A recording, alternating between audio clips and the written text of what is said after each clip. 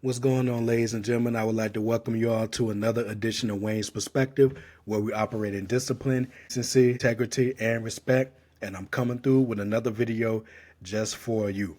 Before I get started, like I always do at the beginning of my videos, I hope everyone is doing okay out there, taking every day one day at a time and living life the best way you know how. As for me, y'all know how I do. I'm doing just fine, taking every day one day at a time and living life the best way I know how as well. So, with all that being said, I'm going to go ahead and get into a few things before I ultimately get to the quote unquote main event of this video. Allow me to give a major shout out to all of the content creators out there doing their thing, speaking truth to power in these trying times. Y'all know who y'all are. I support a lot of you guys. So again, major shout out to all of the content creators. Keep doing your thing. The next thing I want to go into before we get to the main event is some things that I've said in previous videos. And believe me, y'all, there's going to be a lot of things that I'm going to be repeating in this video. So just bear with me, because trust me when I say I have a lot of things that I want to get to, a lot of points that I want to make, a lot of things that I want to break down, etc., etc. I started following politics mainly when 9/11 took place. At that point, I was a senior in high school, so I was captivated by the events, and it wasn't too long afterwards when I was consuming information. And believe it or not, y'all, I was on my way to being a Republican. I was a George W. Bush supporter at that time. I know that's going to surprised a lot of people, but it was just a patriotic feeling that was going on at the time after 9/11 happened. Of course, everyone wanted to know what happened, why it happened, how it happened, what could we do to prevent it from happening again. And not only that, but it was also at this point when I was watching Fox News. I was a regular Fox News viewer, mainly in the afternoon. I didn't watch anything in the evenings. I remember Linda Vester, Laurie Dew, Patty Ann Brown, Jane Skinner, Karen Chetry. The list goes on. I know I'm forgetting a few others, but whenever they came on the screen, chances are I was watching. And I was watching this channel off and on, even during the lead up to the war in Iraq. However, what made me change my viewing habits was finding out how the Republicans got down and how Fox News Channel got down. So it was at that point when I switched my allegiance. Even though I never really said that I was a Republican, I was heading in that direction, but I was like, no, that party is not for me. So that's when I became a Democrat. From there, I participated in the 2008 election. I participated in the 2012 election. Fortunately, I didn't vote in the midterms. I would do that much later. And that's a whole nother story too. This part of the story I've told before as well. When the 2016 presidential election happened, that's pretty much what made me start following politics more and more. And not only that, but this is what ultimately made me determine what I was going to do in my career. Because as most of you know, prior to that, I wanted a career in the music business, but I could never really determine what I wanted to do. For example, anytime someone asked me, what is it that you want to do in the music business? The only thing that I could really say was I wanted to do something behind the scenes. I never really had a true goal or plan in mind. I just know I wanted to be in the music business. For the remainder of 2016, it took me a while to really determine what I wanted to do with my career. So in 2017, I was deciding whether I wanted to go with my first love, which was hip hop music, or my new passion, which became politics. And of course, hip hop is going to always be in my blood, no matter what I do. Anybody who knows me well knows that about me. And it was at this point in 2017 when I decided that I wanted to pursue a career in politics. And I'm always going to tell this as part of my story. The only thing that Donald Trump has done for me is motivate me to pursue a career in politics. He made me change things up a little bit, and I'm going to get into that a little bit later. Continuing on, it was then that I decided to pursue a career in politics. I went ahead and enrolled in Ashford University, which now is called the University of Arizona Global Campus. I got my bachelor's degree in political science and government. In the summer of this year, 2025, I'm going to attend Virginia Union University to obtain my master's degree in the same field, because I'm still on my quote unquote academic journey. I do plan to start my first campaign for the Virginia House of Delegates in either 2027 or 2029. And just to go back to an initial point that I was trying to make, I was listening to an episode of the Benjamin Dixon Show. Shout out to him. He's another content creator that's doing this thing and speaking truth to power. I called into a couple of his shows, But it was one show when I told him about my plans at that time, and this was even before I enrolled in school. Afterwards, not only did he congratulate me, but there was somebody in his comments section who pretty much said, "Go where you're called, brother." And that stuck with me because that's essentially what I've been doing since I made this decision.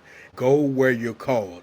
That's a real good thing. Continuing on, I want nothing to do with what's going on Capitol Hill. Now, I will say that if things do change, maybe I'll look at it a little different. But as of now, it's a complete circus up there, even if the Democrats are in power. I just want nothing to do with that. So you see how interesting it is that the results of the 2016 election caused me to start this journey, whereas the results of the 2024 election, it caused me to change things up.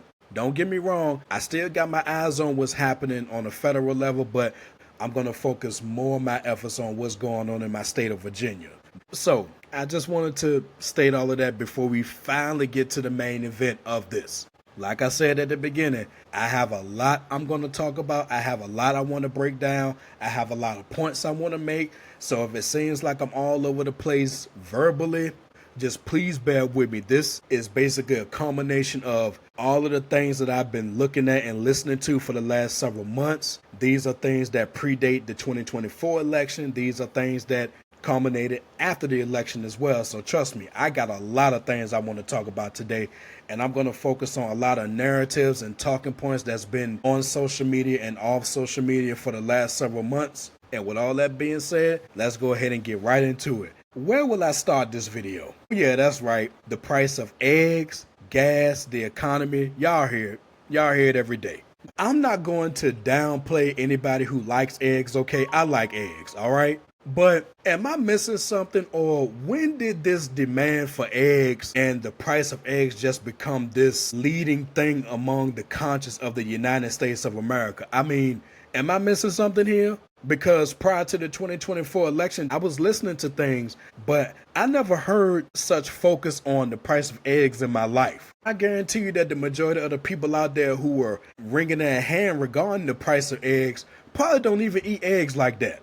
Is there anybody out there who eat eggs on a regular, who eat eggs every day or every other day or every week? Enlighten me. Tell me something. But the point that I'm trying to make is that we heard it when it came to the campaigns last year. The price of eggs, the price of gas, and all of this other stuff.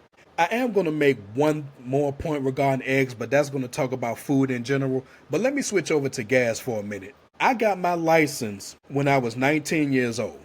June 25th, 2003. That was my 19th birthday. At this point, y'all, gas was $1.92. And George W. Bush was the president. I want to say in probably 2004, 2005-ish, or a little bit later. This is when gas started to get in the $3 range. I've always said that anytime we have to pay higher prices in gas, it's a real inconvenience. It's an inconvenience on everybody. Nobody wants to pay that much for gas. But at the same time, I never really got upset about that, because at the end of the day, what can I do about it? What can we do about the gas prices other than wish that they continue to come down? I've never once in my life went directly to who was the sitting president regarding why gas prices are so high, because at the end of the day, the president more or less has nothing to do with gas prices. And going back to the food thing, yes, I shop just like most of you shop, but at the same time, I don't blame food prices on who the sitting president is. And yes, I've been in the stores recently, and at some points I'm looking at certain things and I'm like, damn. But I don't get upset at that. Is it an inconvenience? Is it a frustrating thing when you have to pay higher prices for stuff? Yes. But like I said, I've never based any of that stuff on who the president of the United States is. It's rather interesting, for the lack of a better word, that now when we see what's happening with Trump in office, with things rising, in this case, the price of eggs and the price of gas. See, it was all about the economy. But you notice that most of these people who was yelling about that, they're silent right now. They have nothing to say. But I guarantee you, if things were different and Kamala Harris won the presidency, what are the odds that we would have been seeing protests at gas stations most likely, but on a smaller scale. But what are the odds that we would have been seeing protests at grocery stores across the country as soon as she took office? Like when Obama took office in 2009, it was already a lot of protests with the stock market crash. Y'all remember what happened in 2008, and we don't even need to go back there. But that's the point that I'm making. And then just to go a little bit deeper into it, one had a plan, the other one didn't. Did Trump have a plan to combat this stuff? No, he didn't. And y'all see how he's acting regarding that, because it's, according to him, it's nothing that he can do regarding gas prices. The only thing that this guy can say is, I'm going to get them down, and I'm going to get them down quickly. I'm going to get them down on day one. And y'all see what happened with that, right? Whereas Ms. Harris had a plan to rein in the price gouging. That's what you do. One had concepts of a plan. The other one had a legit plan that she would have likely started on day one. And I think she would have done more than just sign an executive order. But we know how the country went. And now we see where things are. So it's real interesting to me that these same people that was yelling about that, they literally have nothing to say about that now. But that was a key thing regarding the campaign, right? But I guess since it's Trump, it doesn't matter. As long as he in office, that's what matters, right? And I can't forget about this one cat. Apparently there's a cat out there who went viral or semi-viral. This guy basically said that he would gladly pay $100 for eggs if it means making America great again. Think about that, y'all.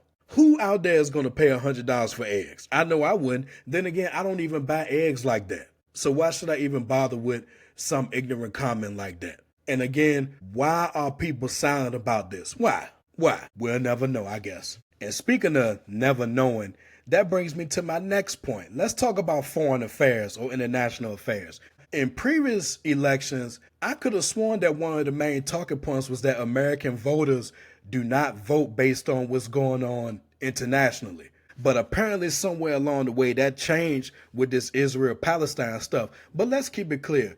This was happening even when Bill Clinton was in office. So this ain't something that just started during the Biden administration. This has been happening for decades now. And it's just real interesting to me to know that there were apparently some Democrats who either voted third party or didn't vote at all because what was going on regarding Israel and Hamas and the whole Palestine Gaza Strip. Really? Is that what we're talking about here? Now, don't get me wrong. I'm not downplaying the Palestinians. I'm not downplaying this conflict because, again, the conflict has been going on for decades. And anybody who has been following this would know that a two-state solution, even though it seems far-fetched right now, should have been the goal all along. But I digress. It's just interesting to me to know that for some reason, this past election, large part of that was based on how people felt about what was going on regarding Israel and the whole Gaza thing. It's real striking to me because, again, like I said a few moments ago, when Americans vote, I could have sworn that international affairs were not in the top 5 or top 10, really. But then again, it may have been in the top 10, but probably at the lower tier. So something changed along the way. And when I bring up Israel, Gaza, Hamas, Palestine, etc., it always takes me back to the campaigns last year. I never watched any of Trump's rallies, but you notice that you never saw any hecklers at his rallies, but you saw him at Kamala Harris rallies. When she was in the middle of a speech, she had to stop what she was doing to address the heckler in the audience. And usually it was some heckler that always had something to say about that conflict. And by the way, I want to know how these same people feel about Trump saying that he basically wants to take over Gaza. Oh, I get it. It's a joke, right? He wouldn't do such a thing. And trust me, I'm going to get to the joke part later in this video as well. I told y'all I got a lot to say. I never thought I would see the day when an election would be decided on that, in addition to the price of eggs and the price of gas and the economy and all this other stuff. Speaking of Kamala Harris, yeah, I'm going to say this. Going back to the campaign last year, I remember leading up to it, when it came to people voting for her or when it came to people considering her as a candidate, you used to hear this. Well, I'm trying to get to know her. I'm trying to get to know Miss Harris. I'm trying to get to know what she's about. I'm trying to get to know this. I'm trying to get to know that. Last time I checked, this was the first time that I ever heard a group of people say that they was trying to get to know a candidate. Like, is this personal or something? I mean, I ain't trying to be funny, but I've heard that. And granted, most of these people probably didn't follow politics like me or you, but didn't you know what she did when she was Attorney General in California? Did you know anything about what she did as a senator? Did you know about anything that she did when she was vice president? Were you following any of this? Or were you just asleep at the proverbial wheel when it came to the presidential campaign? I mean, I'm trying to get to know her. What does that even mean? But at the same time, when Trump jumped in the race back in 2016, I don't recall anybody saying that they was trying to get to know him. Hell, I don't even recall nobody trying to say that they was getting to know any candidate, for that matter. But I digress. I'm moving on because I don't really have any more to say about that particular part. Immigration and deportation. Okay, I think I mentioned that I'm a Democrat. Do I favor open borders? No. Do I want a secure border? Yes. Do I want people coming to this country to abide by the rules and make society even better? Yes. Do I want these people to contribute to our way of life? Yes. However, I think this was another election that depended on immigration. And the point that I want to make here is that with all of the stuff happening with the raids across the country, what ICE is doing, I want to know how these people who are being directly affected, those who voted for Trump and those who didn't vote, I want to know how they're feeling right now. Because the guy pretty much said that he was going to do this, so it just boggles the mind that people are surprised and people are dumbfounded at this happening. But I guess when Trump says it, it's a joke, right? We all get a laugh at it. Oh, he wouldn't do such a thing. The hell he won't. We need to start believing these people when they say that they're going to do this. There's no jokes here. And when I see people being deported, I mean, it's sad, but at the same time, it takes me to that all too familiar saying, we tried to tell you. I can't wait to see how this is going to turn out, because it's not good for somebody who has been here for years and decades to all of a sudden be taken from their jobs, be taken from their homes and school.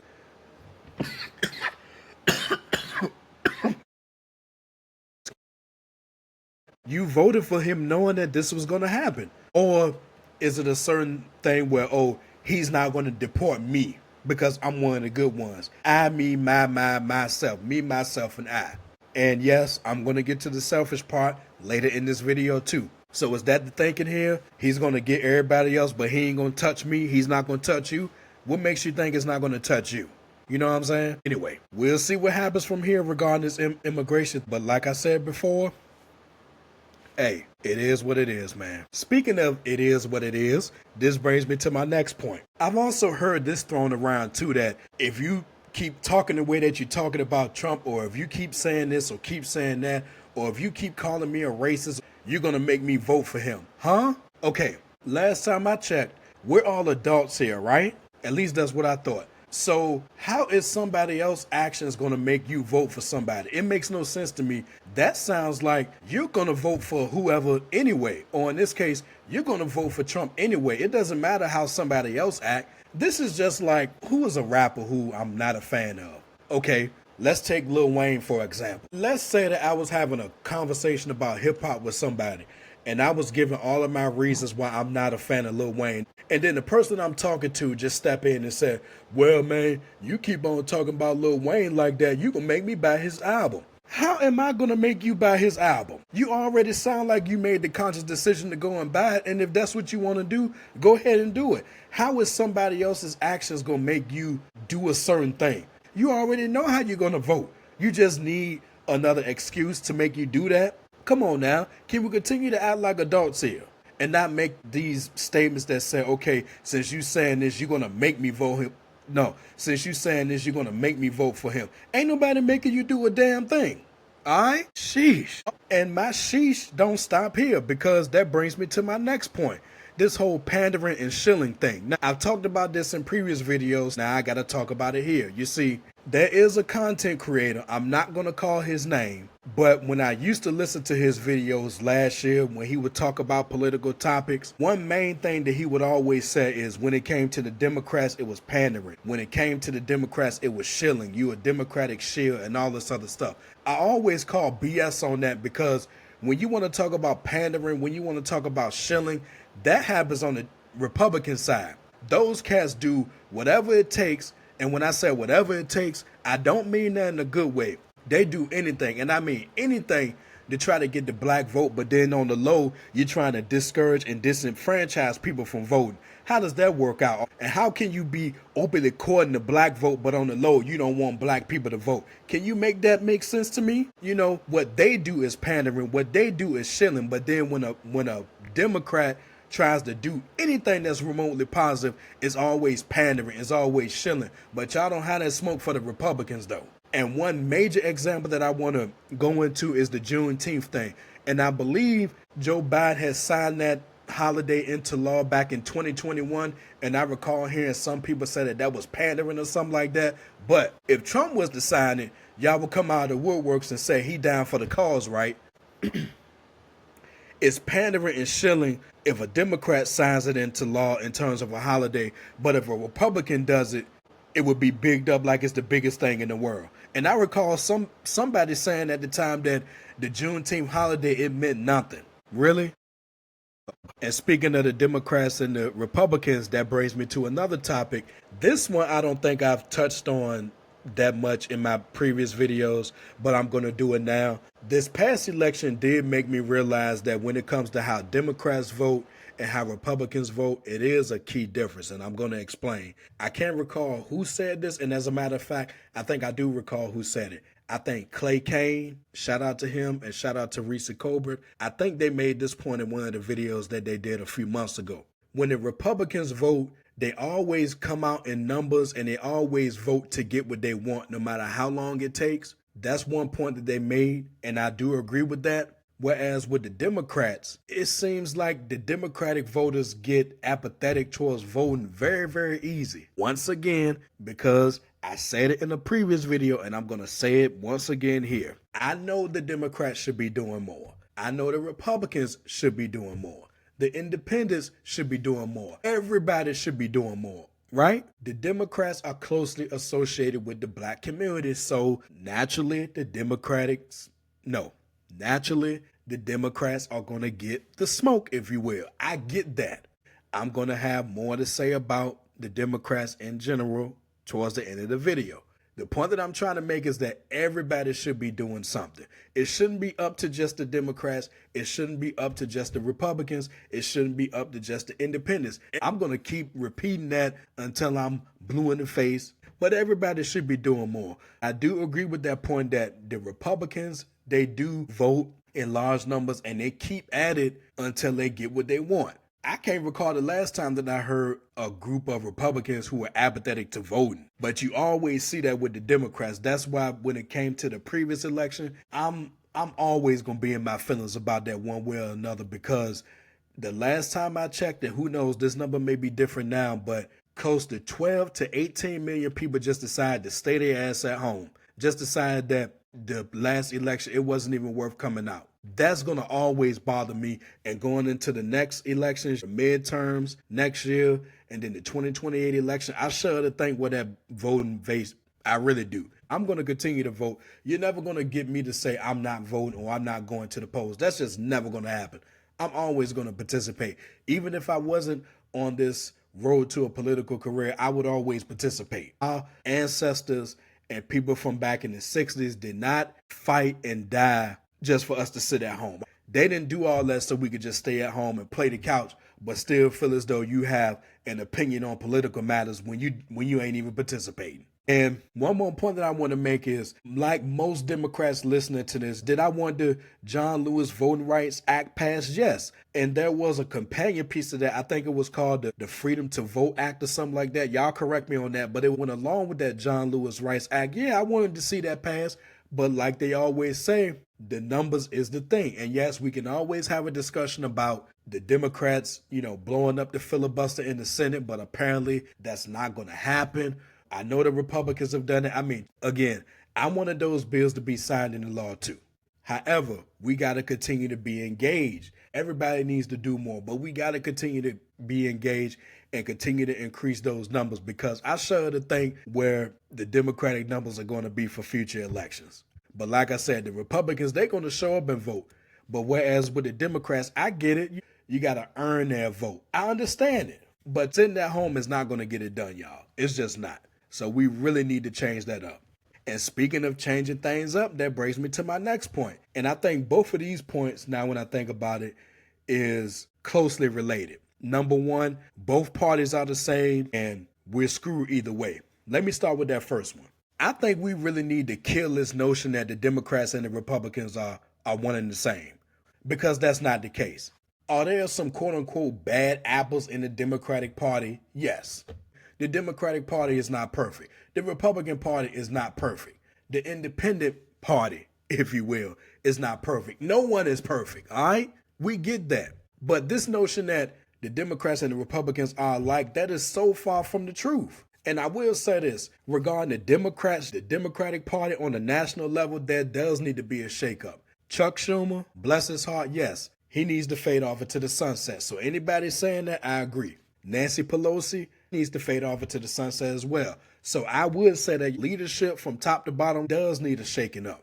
But at the same time, you can't say that the Democrats and the Republicans operate the same. On one instance, you got one party who is ruthless, then the other party wants to play by the rules, and when you play by the rules, you see the results that follow. I get all of that. But this notion that both parties are the same, one is just, the Democrats are just as corrupt as the Republicans, I don't agree with that. And we see all the time how the Republicans operate. Y'all saw how they operated the last 4 years when Biden was in office. So we just need to stop this whole equating that both parties are the same, because they're not. It's like night and day if you ask me. And I'm not saying that because I'm a Democrat. Hell, if I wasn't a Democrat, I would say the same thing. There's no similarities here, not one. And then another thing that we need to stop doing is this whole thing about we're screwed either way. That talking point right there, you see, Republicans are not going to pay attention to that, but you normally will find Democratic voters saying something like that. We're screwed either way. And when you hear things like that, that just creates a lot of mental apathy when it comes to voting. Because if you have that mindset, you're not going to want to participate. And then when you have others, exacerbating that, it gets even worse, because the more you hear it, the less you're going to want to participate. And I've never said that we're screwed no matter what. We got to stop that, especially on the Democratic side, because the more that's exacerbated, the worse it's going to be. The worse the turnout is going to be. The numbers are going to continue to drop, etc., etc., etc. And let me say another thing too. What I'm also not paying attention to these days is Trump voters turning on him and his poll numbers are down. You see, we've heard that same song and dance before. What is his voters going to do? They're turning on him, this and that, and this and that. But at the same time, they still riding with him. So any of that whole talk about his voters going the opposite way or his poll numbers are shrinking or whatever, I don't even pay attention to that, because every time we see a report like that, you still see some type of support for him. So y'all can miss me with that mess, man. Continuing on. I don't think I've heard anybody on YouTube or any other social media talking about this. So I'm going to talk about it right now. And I could be wrong. I could be right, but I've been feeling this for the last couple of months. Is it just me, or is there a real strong aura that the Democrats are just blamed for every single thing? When in doubt, blame the Democrats. Y'all remember on the Fresh Prince of Bel-Air, whenever something happened in that house, what's the first thing they do? Blame Will. And I really do believe that politically, it seems like when it comes to certain things, when it comes to all things, blame the Democrats. Even when they're not in power, blame the Democrats. And then when the Republicans get back in, then it's always the question, what are the Democrats going to do? What are the Democrats going to say? How they going to resist? How they going to do this? How they going to do that? How they going to work here? What they going to say? How they going to act? How they going to come at this? How they going to come at that? The Republicans are not given that same opportunity. You never hear those same things applied to the Republicans. You never do. And if you do, you hear very little of it. It's almost like they always get a pass, but you always want to shine the light on the Democrats. Why? Because the Democrats know how to act like they got some sense. They know how to act civilized. They know how to act like lawmakers. But at the same time, you got the Republicans who want to act like gangsters and thugs. Is that what we're doing here? Like I said, blame the Democrats for every single thing. Now, on top of that, you can say that the Democrats sometimes blame the Republicans for everything. And pardon me for being a little biased, but rightfully so. I mean, take a look at how they acted in Congress the last 4 years, specifically when the Republicans were in charge of the House. And it still boggles my mind why, the voters just decided that the Republicans needed to be in charge of the House of Representatives. And if my memory serves me correctly, even during the first midterm of the Biden administration, some of them same cats were talking about grocery prices and all that then. But when you look at the legislation they was trying to pass during that time when they was in power, they brought nothing. They brought none of that to the table. None of it. You want to campaign on that, but then when you get in office, when you get the votes, you don't say a damn thing about the price of groceries. You don't say a damn thing about the price of gas. All your focus was on trying to impeach Biden and trying to bring his son in for questioning and all this other nonsense. We heard it all, y'all. But like I said, it's just this whole notion, blame the Democrats for everything. Just shine this whole light on the Democrats. But the Republicans get a pass. Why? Why is that? Again, I guess we'll never know. And as I get towards the end of this video, I'm just going to mention a couple more things.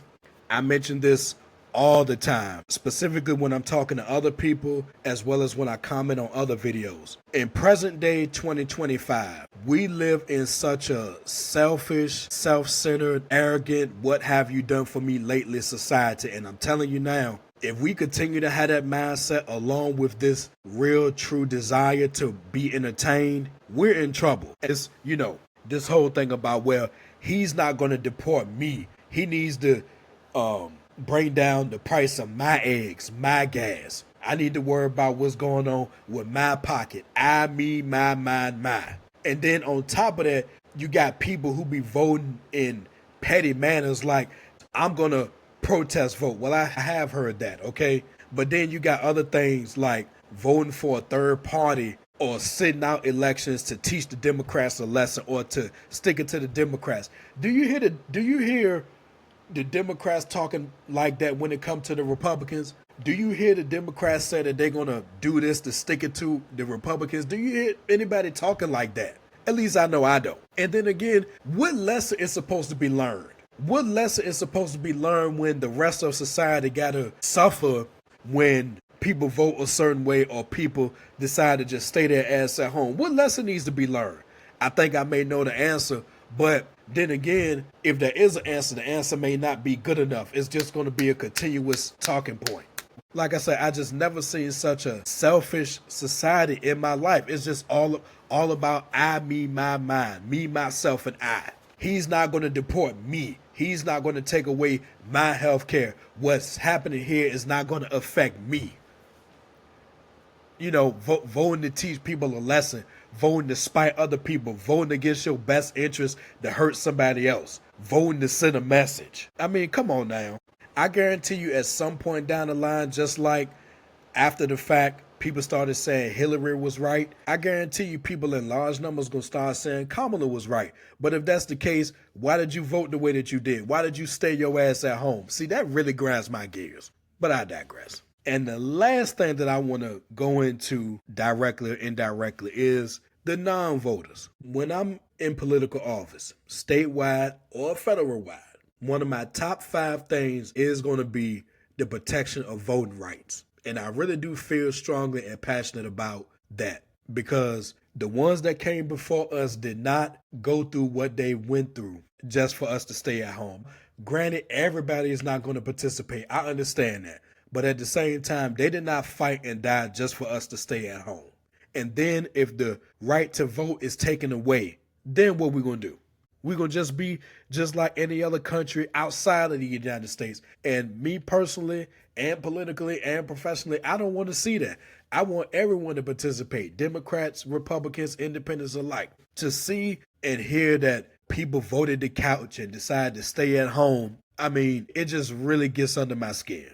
Because on the same token, you can't have an attitude like that but still want to talk about political matters. And I don't blame others one bit who say if you stayed at home and you didn't vote, or if you voted for Trump or whatever, you have nothing to say to me or anybody else. And I agree with that because if you didn't vote, if you gladly sat your ass at home that day or during any other election, what do we have to talk about? You took yourself out of the political process by not voting. So on one end, no, I'm not trying to be nasty with this. I'm not trying to be mean, but hey, we got to speak truth to power here. The rest of society is going to suffer for the next 4 years because people decide to vote one way and others decide to stay their asses at home. we're not going to get anywhere sitting at home. We're not going to make changes sitting at home. We're not going to get what we want, if you will, if we're sitting at home.